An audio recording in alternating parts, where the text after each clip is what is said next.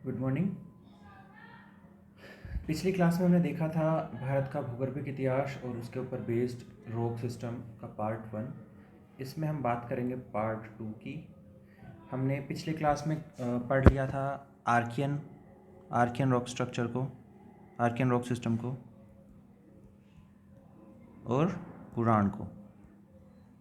दो सिस्टम हमने पढ़ लिए थे, दो हमारे बचे हुए थे। उनमें एक है द्रविडियन और जो दूसरा है वो है आपका आर्यन। तो अभी हम देखते हैं द्रविडियन को।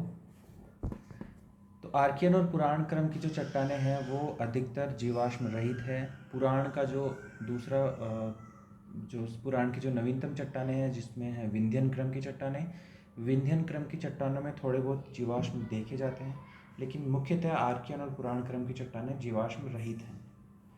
लेकिन आपकी जो द्रविड़ एरा या द्रविडियन एरा की जो चट्टानें हैं, रॉक सिस्टम है, वो जीवाश्म युक्त होते हैं।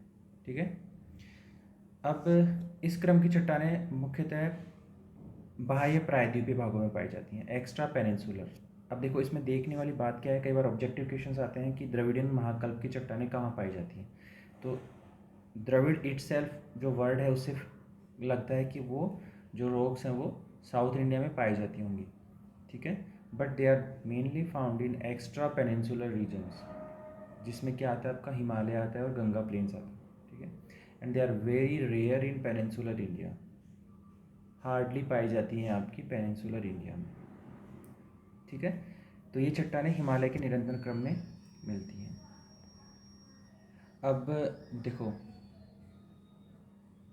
जो आपकी द्रविडियन महाकल्प की चट्टानें हैं, द्रविडियन एरा की जो चट्टानें हैं, ये आपके बने हैं 600 से लेके, इसका जो फॉर्मेशन टाइम है वो है आपका 600 to 300 मिलियन ईयर्स ओल्ड। ठीक है।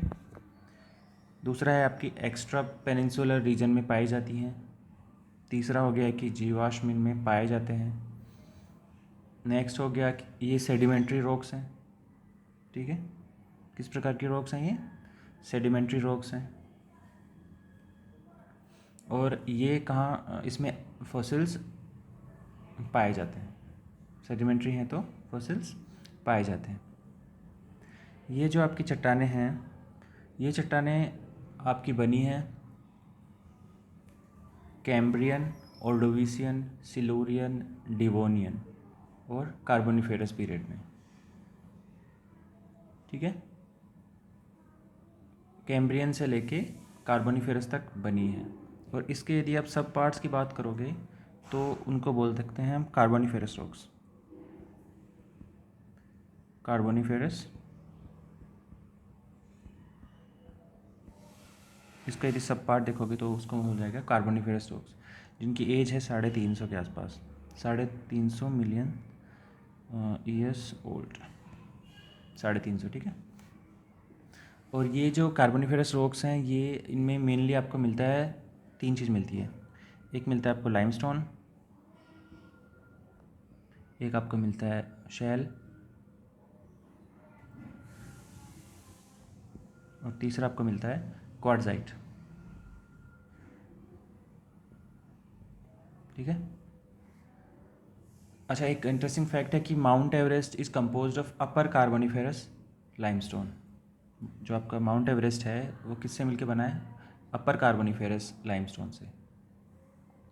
अब जो कोयला निर्माण जो चालू हुआ वो कब चालू हुआ? कार्बोनिफेरस एज में। ठीक है। कार्बोनिफेरस का मतलब ही है, carboniferous in geology means coal bearing, जिसमें कोल की मात्रा हो। ठीक है। लेकिन भारत की जियोलॉजी में देखोगे तो जो भारत का जो most of the coal found in India, Bharat में जो मैक्सिमम कोल पाया जाता है वो कार्बोनिफेरस पीरियड का नहीं है, वो कार्बोनिफेरस पीरियड का नहीं है। तो जो है, ठीक है, तो जो जैसे आपका यूएसए में है ग्रेट लेक्स रीजन जो है, जहाँ पर ग्रेट लेक्स वाला जो रीजन है, इसके अलावा यूके है, और जो रूअर वैली है वो वाला जो है कोल है वो कार्बोनिफेरस एज का है। ठीक है। तो इसीलिए वो कन्फ्यूज़न होता है कि जो द्रविडियन रॉक सिस्टम है वो साउथ इंडिया में या जो जहाँ पर कोल फॉर्मेशन होता है वहाँ पे नहीं है। कार्बोनिफेरस रॉक्स जो हैं वो वहाँ पर नहीं है साउथ इंडिया में, वो जनरली एक्स्ट्रा पेनिनसुलर में है, ठीक है। और कार्बोनिफेरस जो एज का जो रॉक्स है, जो कोल है, वो भारत में बहुत कम मात्रा में पाया जाता है। तो इसमें यही है। कश्मीर में कालाकोट एक जगह है, वहाँ पे आपका ये इंथ्रासाइट कोल पाया जाता है। तो वो वाले जो रॉक्स हैं वो आपके कार्बोनिफेरस पीरियड के हैं, ठीक है। इसके अलावा इसका बारामूला हो गया, अनंतनाग हो गया, पीर पंजाल जो श्रेणी हो गया वहाँ पे हो गया, और हिमाचल प्रदेश के जो स्पीति रीजन है वहाँ पे ये पाया जाता है। इस प्रकार की चट्टानें मैंने आपको बताया, क्वार्ट्जाइट, बलुआ पत्थर, शैल, चूना पत्थर, ये बता ही दिया। इसके अलावा कोयला पाया जाता है, वो बहुत कम मिलता है, ठीक। तो ये हो गया द्रविडियन एरा। इसके बाद में हमारा बचता है आर्य महाकल्प, जो आपका सबसे लेटेस्ट है। तो आर्य महाकल्प का एज कब होगा? कार्बोनिफेरस काल के बाद का जो भी चट्टान है, कार्बोनिफेरस के बाद के जो भी चट्टान है वो सब कहाँ पाए जाएंगे? आपके आर्यन में, ठीक है। अब आर्यन सिस्टम है, उसमें आपके 4 हैं: गोंडवाना क्रम, दक्कन ट्रैप, टर्शरी और क्वार्टरनरी, ठीक। तो सबसे पहले देखते हैं गोंडवाना क्रम क्या है। गोंडवाना क्रम, जो गोंडवाना नाम आया है वो किससे आया है? गोंड से आया है। गोंड क्षेत्र कहाँ पे पाया जाता है आपका? ये ट्राइबल एरिया है, ठीक है। और ये आपके तेलंगाना और आंध्र प्रदेश में ये ट्राइब्स पाए जाते हैं। कार्बोनिफेरस से लेकर जुरासिक के बीच में इसका गोंडवाना क्रम की चट्टानें बनी हैं, ठीक है। इसमें भी पाए जाते हैं क्या? जीवाश्म, मछलियाँ और अन्य जो रेप्टाइल्स हैं उनके अवशेष इस क्रम की चट्टानों में पाए जाते हैं। इस क्रम की चट्टानों की जो परतें हैं उनमें फोल्डिंग ज़्यादा नहीं हुई है, अभी भी वो क्षैतिज अवस्था में है।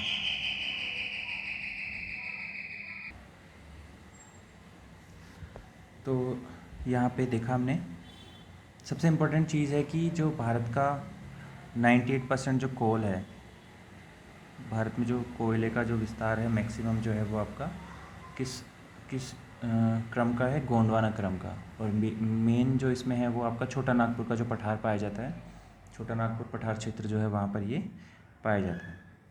कार्बोनिफेरस युग में भारतीय प्रायद्वीप में कई भ्रंश बने हैं, ठीक है। इन्हीं भ्रंश, ये जो भ्रंश बने हैं, इन्हीं के जो सिंक्लाइंस हैं, मतलब जो अभिनतिक गर्त हैं, ये आपका फोल्ड है, तो ये जो गर्त है ना, इनमें आपका क्या हुआ? बेसिन बने, इनमें जो वनस्पति या जीवाश्म दब गए, और उनके दबने के बाद उनके ऊपर जो प्रेशर, टेम्परेचर और प्रेशर बना, दाब बना, उसके वजह से क्या हुआ?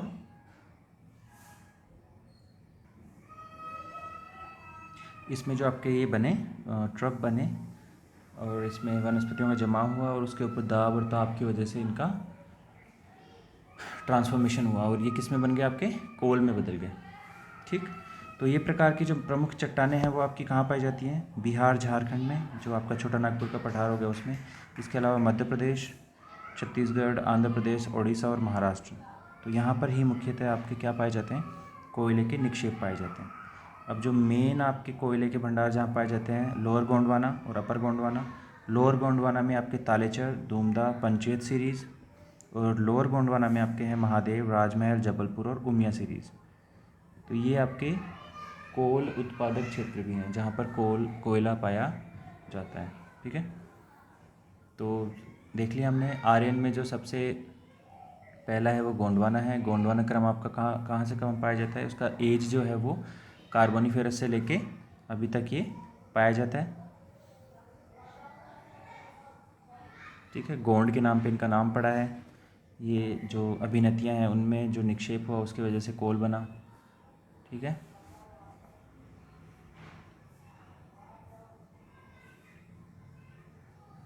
और भारत का जो 90% जो कोयला है वो कहाँ से मिलता है? गोंडवाना सीरीज से मिलता है, ठीक है। और गोंडवाना क्रम के जो कोयले होती है उसकी विशेषता क्या होती है? ये थोड़ा सा लोअर ग्रेड कोयला होता है, लोअर क्वालिटी का कोयला होता है। जो कार्बोनिफेरस कोल है उससे इसका वो कोल का जो इसमें एनर्जी कंटेंट मिलता है वो कम मिलता है, इसीलिए भारत का जो मैक्सिमम कोयला है वो आपका लोअर ग्रेड कोयला है, बहुत उच्च क्वालिटी का कोयला नहीं पाया जाता है। इसका रीज़न क्या है कि जो गोंडवाना का कोल है वो बहुत यंगर है compare to Carboniferous coal.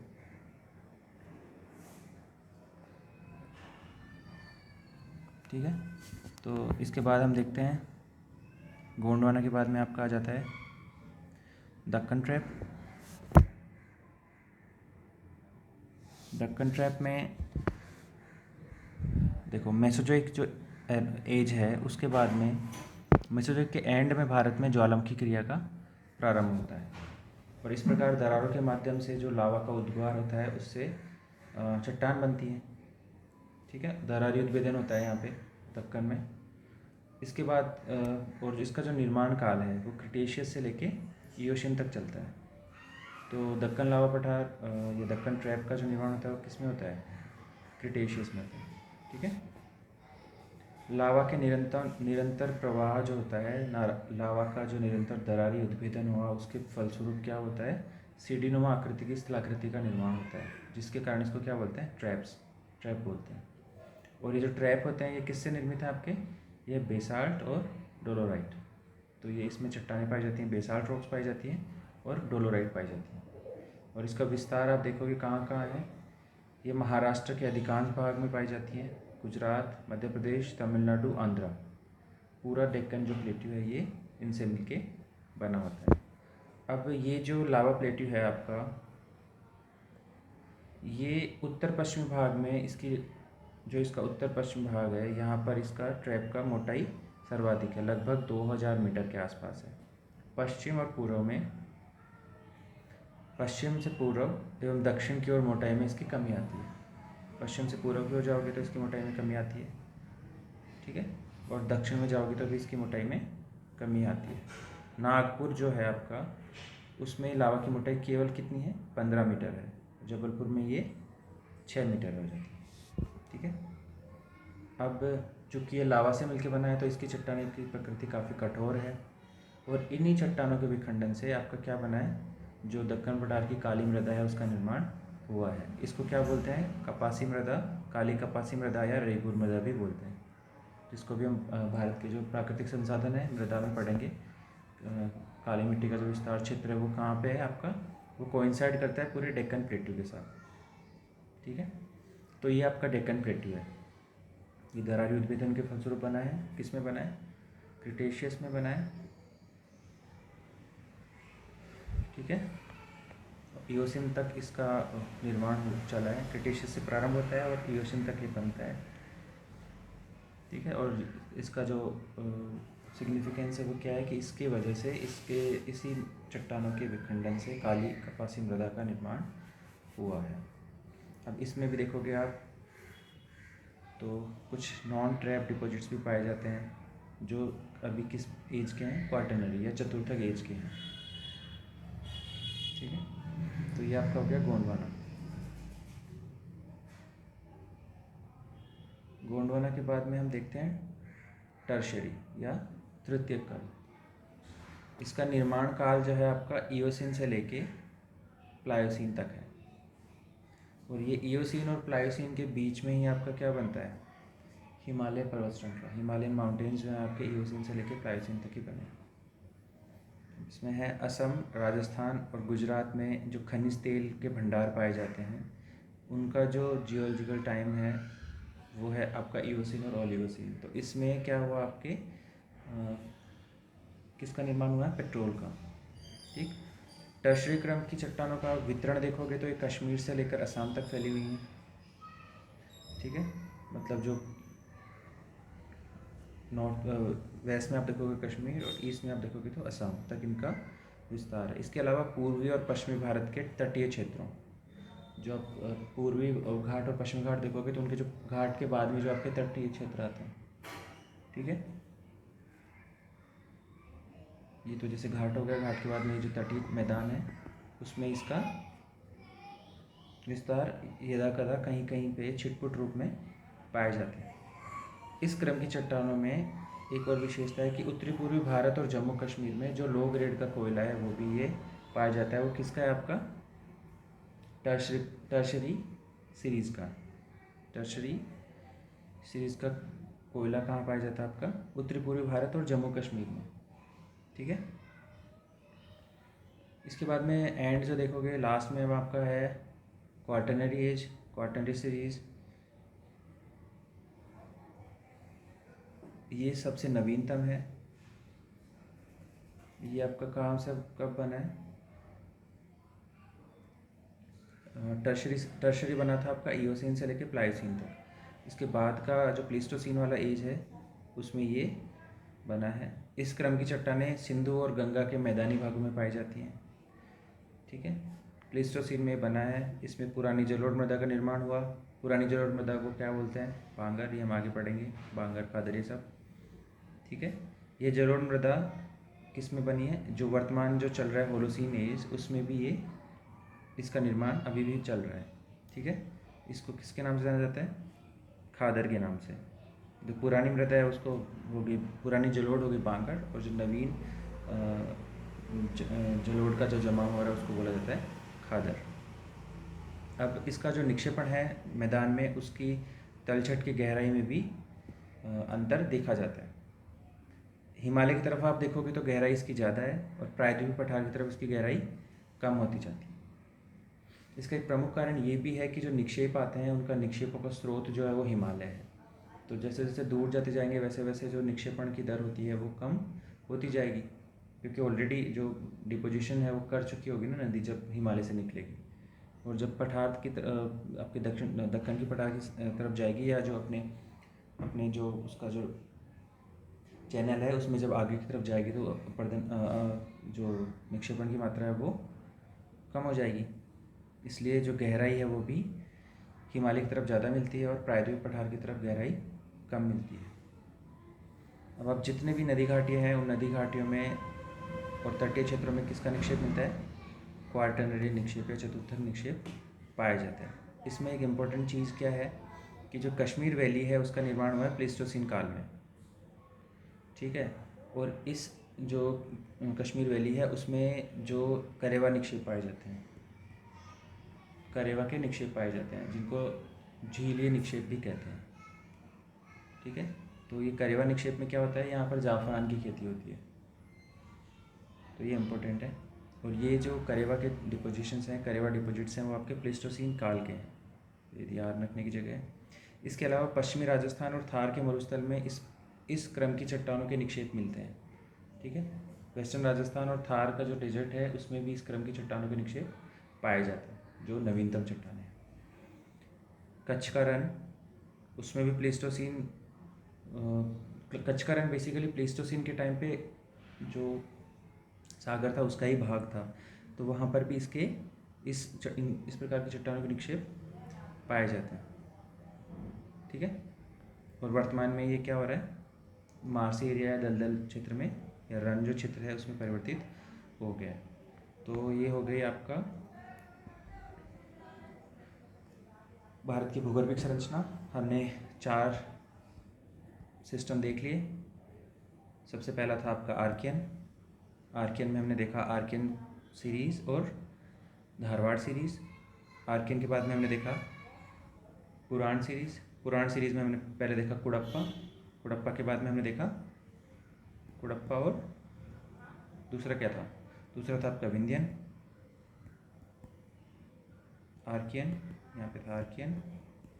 Archaean के बाद में आया धारवाड़। आर्कियन, आर्कियन में धारवाड़ और आर्कियन हो गया। उसके बाद में पुराण सिस्टम हो गया। ठीक है। उसके बाद में हम आप देखते हैं द्रविडियन। द्रविडियन में हमने देखा कार्बोनिफेरस। ठीक है। उसके बाद में जो लास्ट है वो है आर्यन। आर्यन में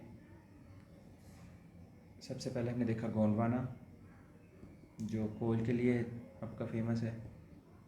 उसके बाद में दक्कन लावा पठार या दक्कन ट्रैप जो बना वो देखा। उसके बाद में टर्शियरी, तृतीयक निक्षेप और क्वाटरनरी जो होलोसीन एज के निक्षेप हैं वो देखेंगे।